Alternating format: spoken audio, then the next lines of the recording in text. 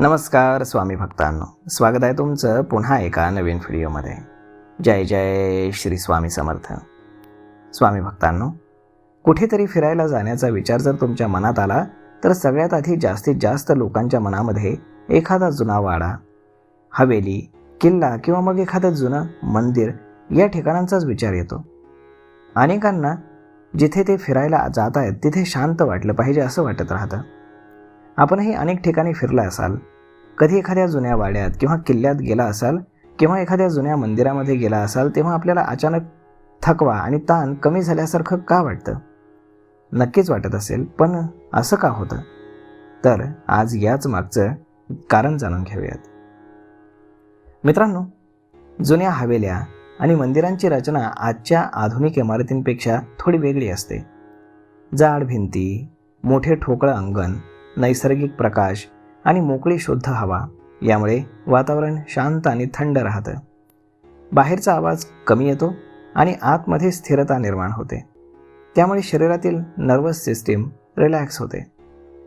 या इमारती आपल्याला आपल्या इतिहासाशी आणि संस्कृतीशी जोडतात. त्यामुळे मनामध्ये आपलेपणाची भावना निर्माण होते. ही भावना आपल्याला भावनिकदृष्ट्या जास्त मजबूत आणि स्थिर बनवते.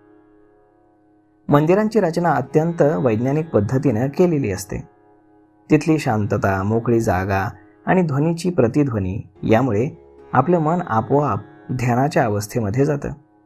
यामुळे तुमच्या मनावरील ताण, चिंता आणि मानसिक थकवा कमी होतो. आजच्या धावपळीच्या जीवनामध्ये अशा शांत आणि ऐतिहासिक जागा नैसर्गिक हिलिंग स्पेस म्हणून काम करतात. तिथे गेल्यावरती तुमचं मन ताजंतवानं होतं आणि मानसिक आरोग्य सुधारतं. तर मग स्वामी भक्तांनो, अशा पद्धतीनं जुन्या वाड्यामध्ये किंवा एखाद्या जुन्या मंदिरामध्ये पाय ठेवताच तुमचं मन अचानक शांत का होतं, कसं होतं, यामागचं वैज्ञानिक कारण आज आपण जाणून घेतलंय. तर मग स्वामी भक्तांनो, हा व्हिडिओ तुम्हाला कसा वाटला हे तुम्ही आम्हाला कमेंट करून नक्कीच सांगा.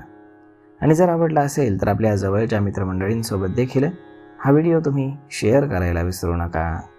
धन्यवाद.